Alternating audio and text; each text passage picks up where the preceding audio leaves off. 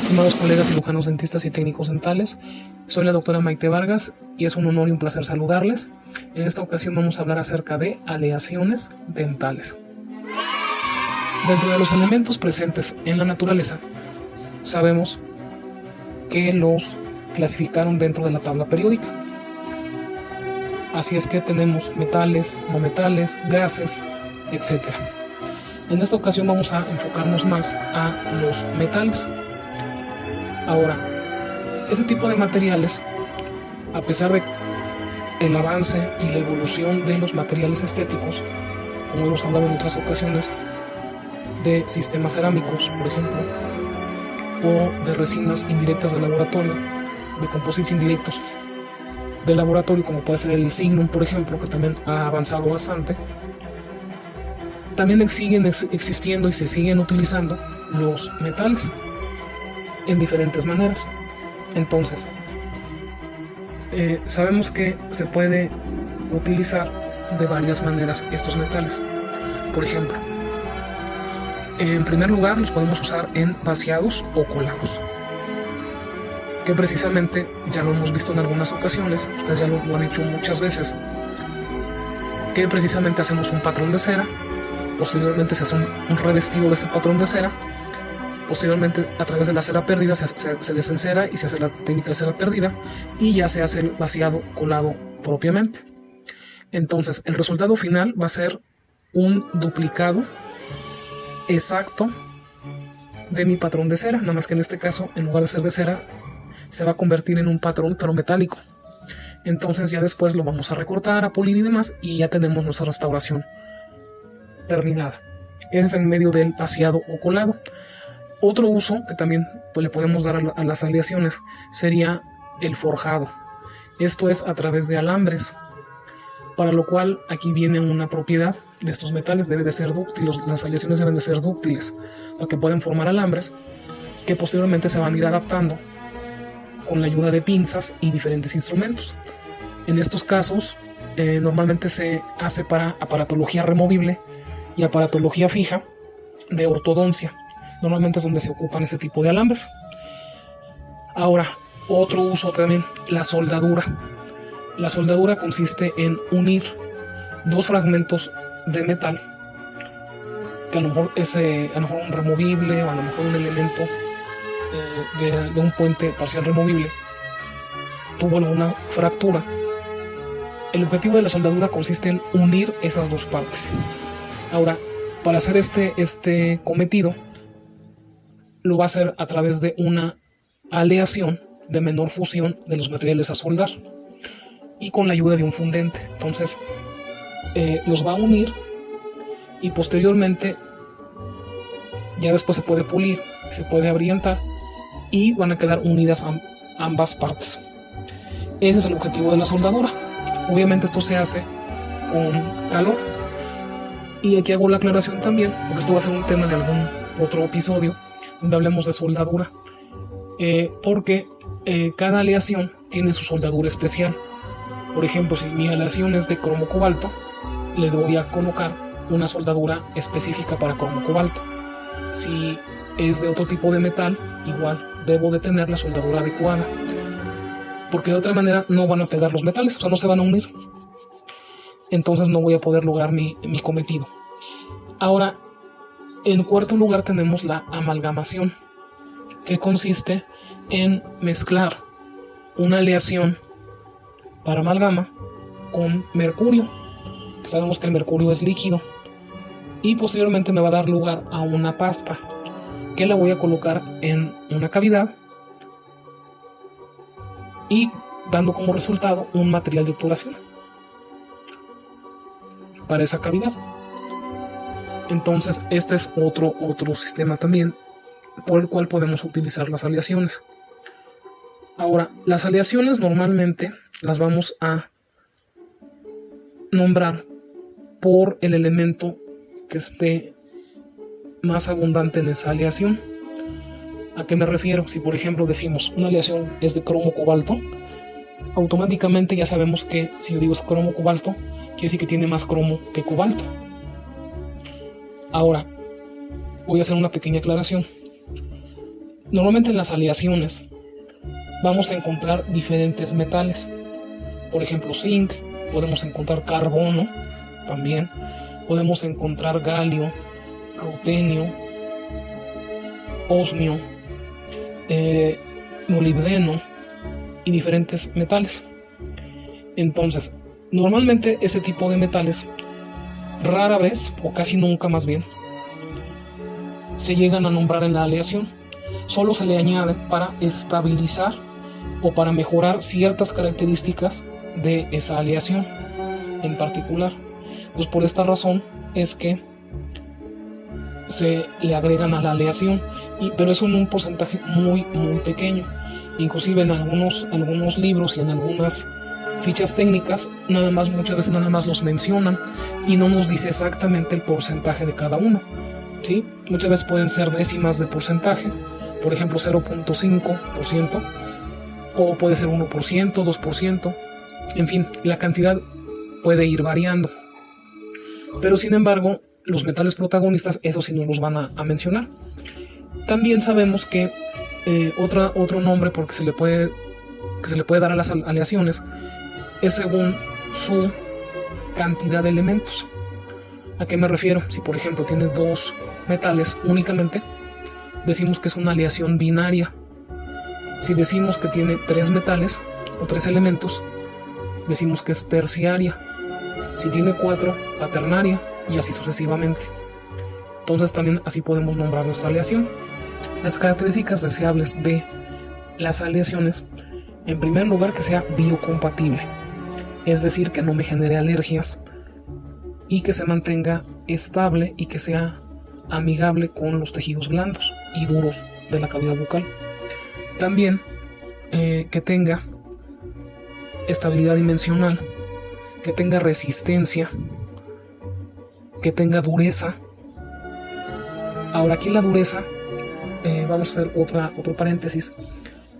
Ustedes este término lo han escuchado mucho, que dicen tal material tiene tanto de dureza Vickers. ¿Se lo han escuchado? Ahora vamos a explicar qué es esto de la dureza Vickers. Bueno, existe un aparato que se denomina indentador Vickers, porque fue ahora sí que el nombre del autor de este sistema.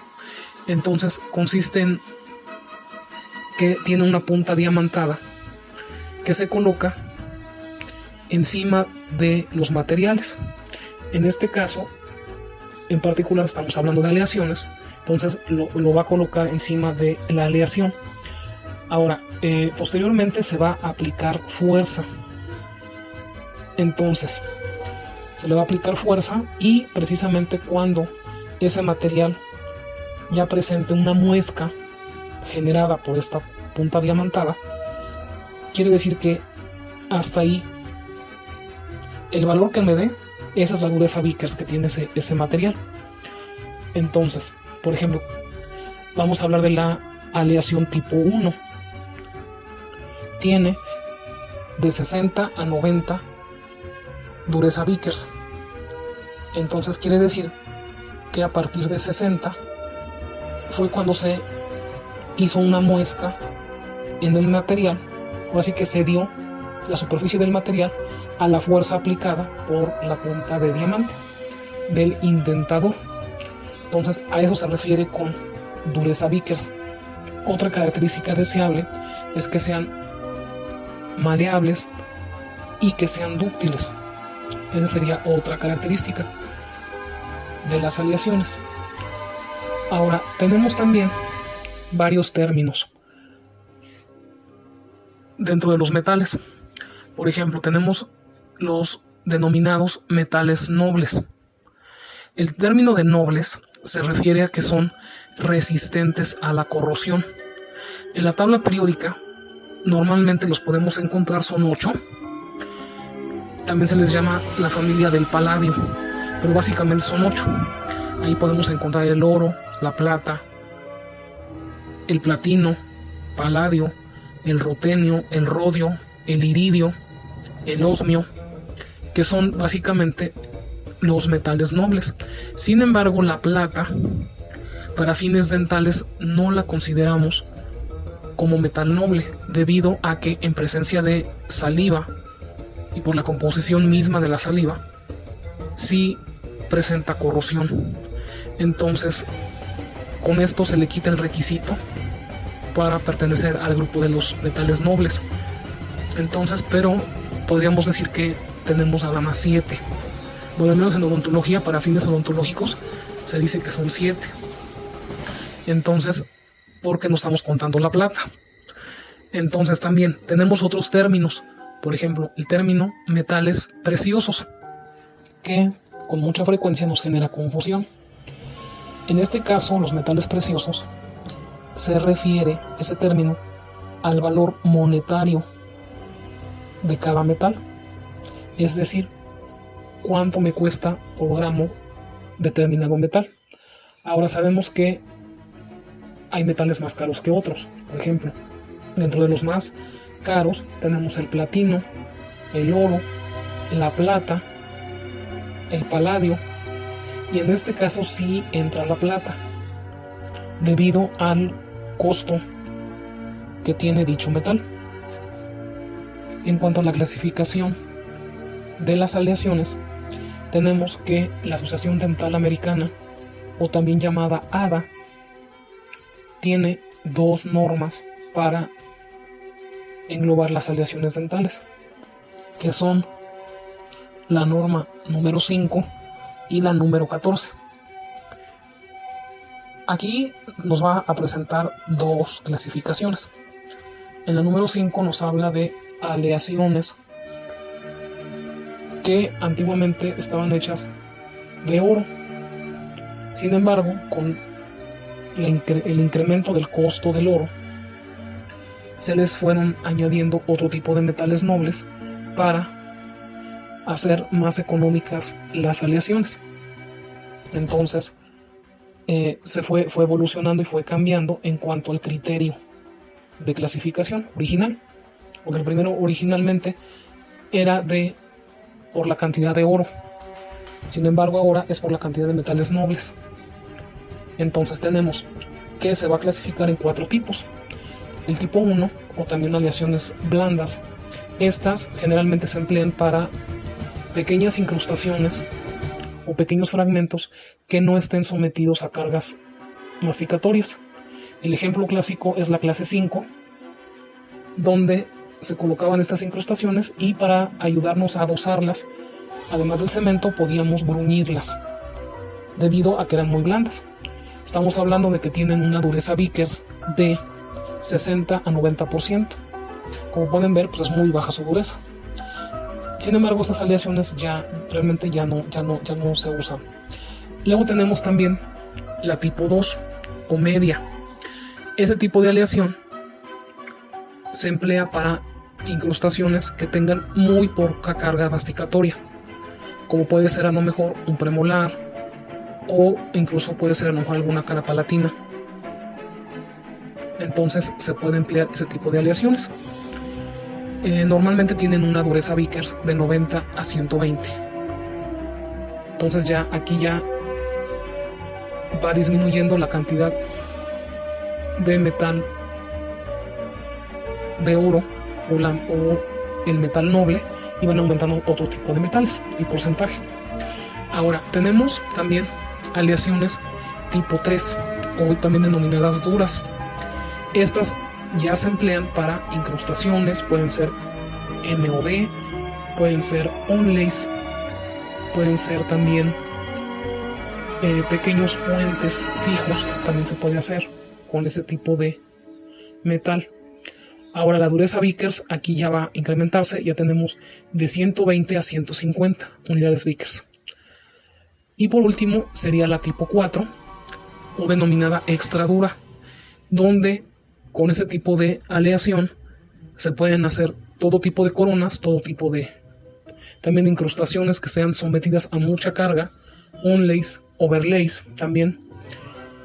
Y se puede hacer también, utilizarse también para puentes fijos de más de 3 unidades. Además, se puede hacer también prótesis removible. Entonces, ese es el tipo 4. Ahora su dureza Vickers es de 150 en adelante. Pues como pueden ver, aquí ya es más la dureza. Eso es lo que nos dice la norma número 5. Ahora, la número 14 nos habla de nada más de 3 rubros. El primero dice que son metales altamente nobles, o HN, metales HN, High Noble, en inglés, que quiere decir altamente nobles. Aquí dentro de estos metales tenemos que va a tener un 60% o más de metal noble, que ya habíamos visto que pueden ser 8. Bueno, para fines odontológicos 7, acuérdense. Sin embargo, aquí voy a hacer una aclaración. En el grupo del paladio, como lo vemos en la tabla periódica, eran 8 metales nobles. Les quitamos la plata por la cuestión de la corrosión. Sin embargo, hay algunas personas, algunos autores también, que manejan al titanio como un metal noble, porque es muy biocompatible, no tiene corrosión, en fin, pues tiene muchas características semejantes a los nobles. Por eso es que algunos autores dicen que es el nuevo metal noble. Bueno, nuevo aún decir, ¿no? Porque ya tiene muchos años el titanio. Pero sin embargo, se ha usado ampliamente, pues de unas décadas para acá. Entonces, aquí podemos hablar también de eso. Para algunos autores manejan el titanio como metal noble. Entonces, decíamos que puede tener un 60% o más del metal noble, que inclusive puede ser oro, o puede ser platino, o puede ser paladio, o puede ser osmio, rutenio, cualquiera de los 8 que vimos, ¿no? Excepción de la plata, que ya vimos por qué, no es noble. Y el titanio pues está así como que para algunas personas sí, para otras personas no. En fin, entonces estos metales, estas aleaciones altamente nobles, como decíamos, tienen un 60% de metal noble. Luego tenemos únicamente las aleaciones nobles, que estas van a tener de un 25 a un 59% de metal noble. Y por último tenemos las aleaciones no nobles o de metales base, que estas son las más empleadas actualmente en odontología debido al costo. Entonces, en estas aleaciones base son la mayoría de otras aleaciones que no son nobles, o sea, no tienen ni oro, ni plata, ni platino, ni nada. Pero, por ejemplo, tenemos aleaciones como el cromo cobalto, aleaciones de níquel cobalto o níquel cromo, dependiendo también el caso, o también hay de titanio con níquel, que se emplean mucho en implantología. Entonces, así es como van a quedar nuestros metales. O sea, acuérdense que es altamente nobles y los metales base.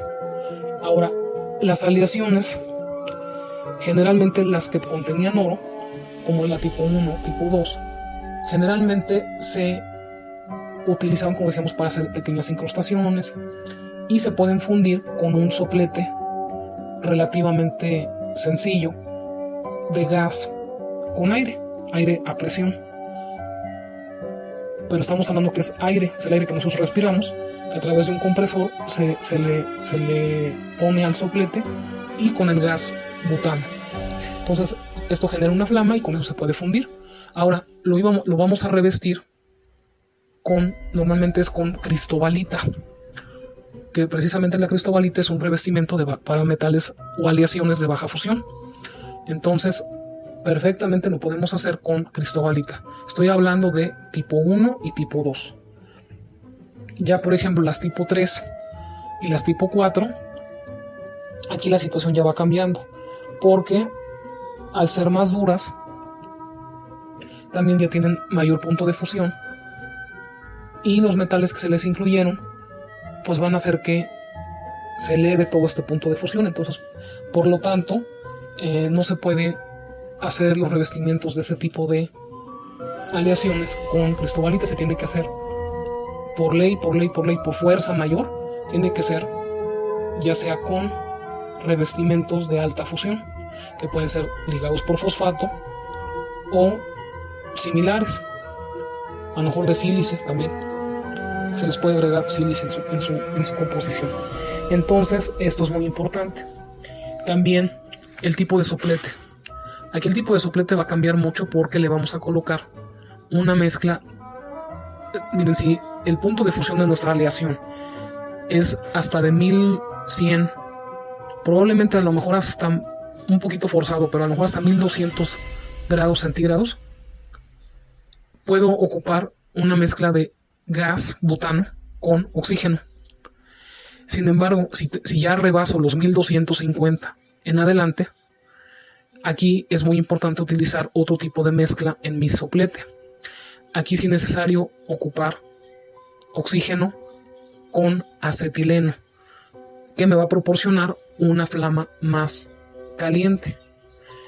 Entonces, en ambos casos, ya sea con la mezcla de oxigas, como le llamamos, que es oxígeno con gas, o bien oxígeno acetileno, debemos de emplear revestimientos adecuados para alta fusión. Entonces ya habíamos visto en el tema de revestimientos, ahí tratamos ampliamente qué tipo de revestimientos, cómo usarlos y demás. Entonces, nada más para recapitular, esos revestimientos tenemos, acuérdense, hay los ligados por agua, los que se hacen con agua, los que se hacen con alcohol, o bien también hay otros que se les denomina cerámicos, que así se apellidan cerámicos. Entonces, también esto hay que tenerlo en cuenta. Ahora, eso es en cuanto a la temperatura.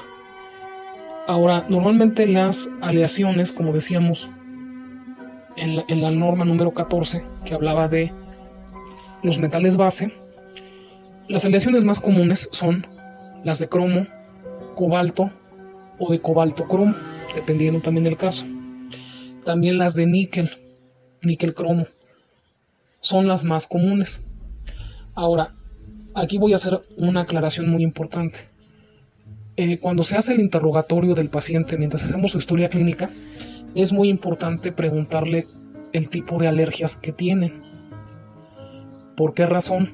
Porque puede ser que me reporte alergia al níquel, o bien alergia al berilio, o bien a otro metal o a otro material inclusive.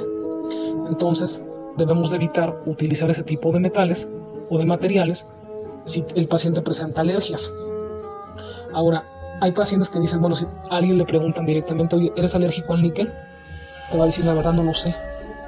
Entonces, normalmente esto lo podemos ver con la joyería de fantasía, que hay gente que, por ejemplo, se pone ciertas joyas, entre comillas, joyas de fantasía, y le causan alergia, ¿no? Les causa que les queda negro, les cambia de color, en fin, muchas cosas, les da urticaria y demás. Entonces, esto es un dato importante para evitar el uso del níquel en las aleaciones, porque se ha demostrado que lo que es el níquel y el berilio son metales que pueden causar en alta incidencia alergias. Entonces debemos de tomarlo mucho en cuenta. Entonces, para evitar usarlos, y podemos utilizar una aleación similar, pero que no contenga estos metales. Entonces, otra situación también muy importante que les prometí desde un principio hablar es lo de la famosa oxidación. Nosotros, como característica deseable, decíamos que yo no quiero que se oxide a temperatura ambiente o bien a la temperatura bucal, ¿sí? Que no se oxide por sí sola, ni tampoco en presencia de ningún alimento ni bebida que se pueda llevar el paciente a la boca, ¿sí? Que no presente oxidación. Sin embargo, eso es en cuanto a la estabilidad misma del metal. Sin embargo, para los ceramistas me van a decir, bueno, yo sí quiero que se oxide el metal. Claro que sí, yo también, pero controladamente. Ahorita vamos a hablar de esto. ¿A qué me refiero? Normalmente cuando hacemos nuestros vaciados y posiblemente hacemos nuestro ajuste y demás de las subestructuras metálicas, que posteriormente se les va a colocar cerámica de cobertura, ahora sí que encima,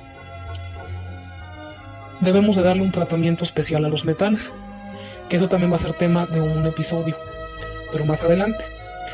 Nada más que a manera de spoiler se los voy a platicar un poquito en lo que nos atañe en este momento, que es las aleaciones. En esos casos, lo que se hace es que colocamos nuestra subestructura metálica, ya sea de una corona o de un puente, dependiendo del caso. Lo vamos a colocar en el horno. Una vez de que ya lo ajustamos y ya vamos a empezar a trabajar propiamente sobre esa subestructura, lo que vamos a hacer es, aparte, como parte del tratamiento de ese metal, es desgasificarlo. Pero de paso se hace una oxidación. Entonces, mucha gente no le dice desgasificado, le dice oxidación de los metales. Ambos términos, a mi punto de vista, son correctos. Porque por un lado salen los gases que están presentes en el colado y a su vez forman un óxido. Entonces, por eso les digo que ambos términos son para mí correctos. Entonces, ¿cómo se hace este tipo de desgasificado? Generalmente el fabricante nos debe de dar la temperatura adecuada. Nos debe de decir la temperatura. Pero aproximadamente son 1000 grados centígrados. Entonces, ahora sí lo que se hace es colocar la aleación dentro del horno sin vacío. O sea, es decir, va a tener aire adentro, o sea, sin vacío. Y lo voy a dejar 1 minuto a 1000 grados. Posteriormente se va a enfriar solito que se enfríe. Y en ese momento el metal va a cambiar de características, porque se le va a formar una capa encima de toda la superficie metálica.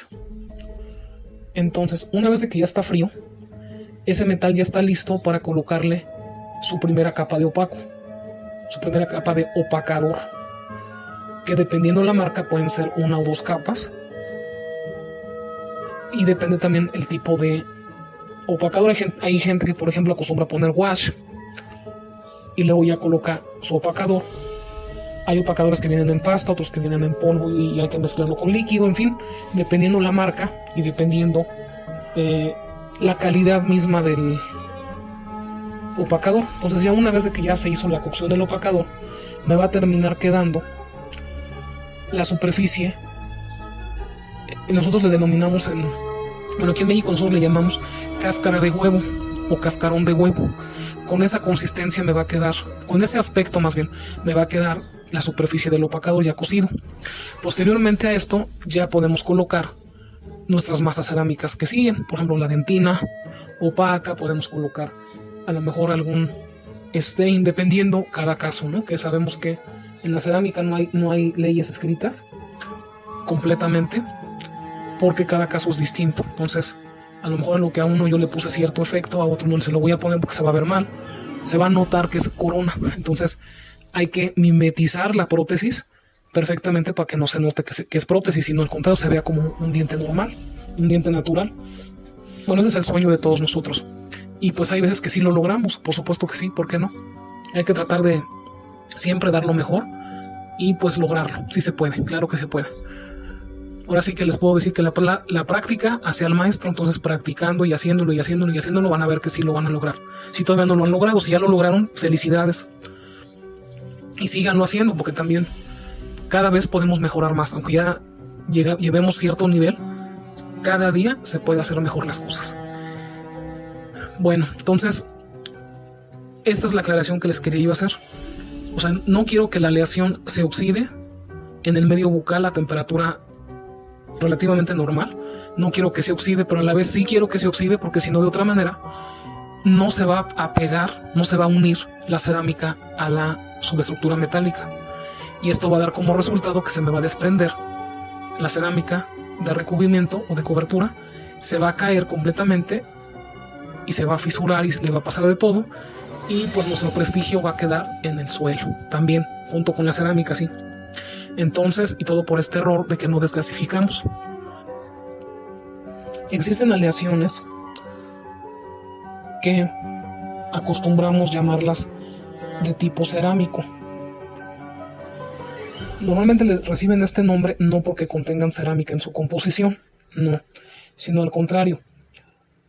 Son aleaciones que me van a servir para hacer las subestructuras metálicas de coronas y puentes, donde posteriormente se va a montar o a colocar cerámica, generalmente feldespática.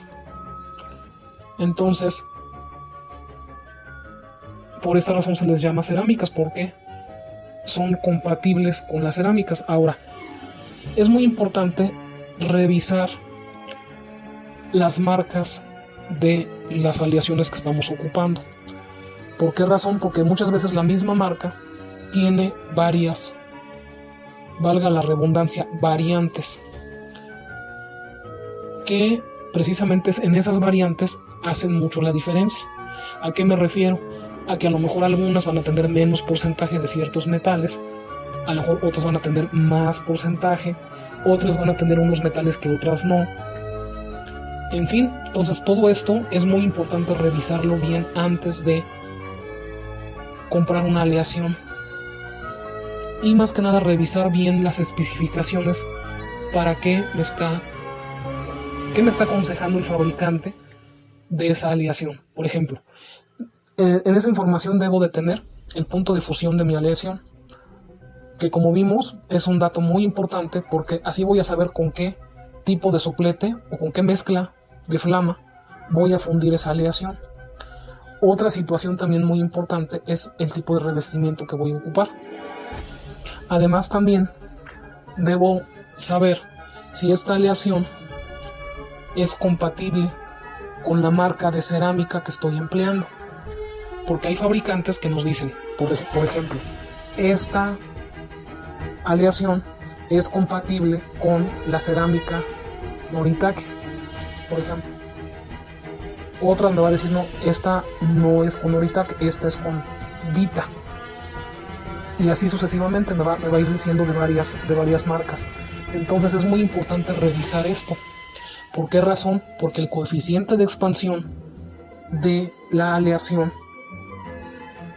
debe de ser compatible con el de la cerámica, porque de otra manera, cuando se enfríen, se van a contraer y puede ser que el metal se contraiga además, y por consiguiente me genere fracturas en la cerámica y todo nuestro trabajo, nuestro esfuerzo se vaya por la borda.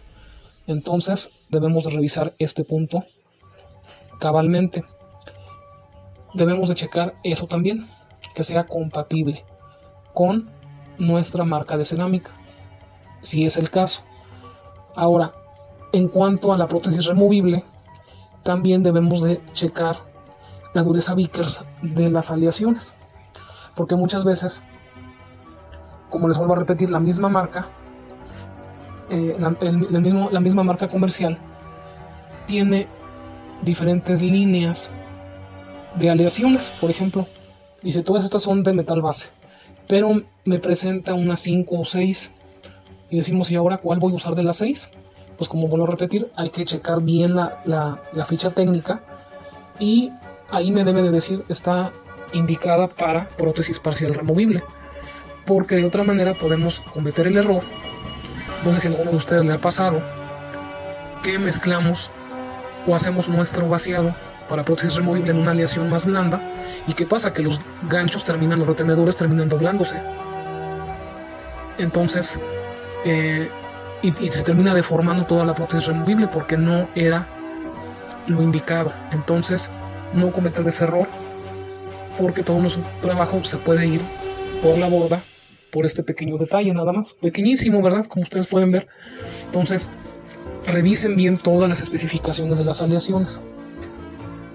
También debemos de checar que cuando hagamos nuestro colado debemos dejar enfriar nuestra aleación, nuestro colado.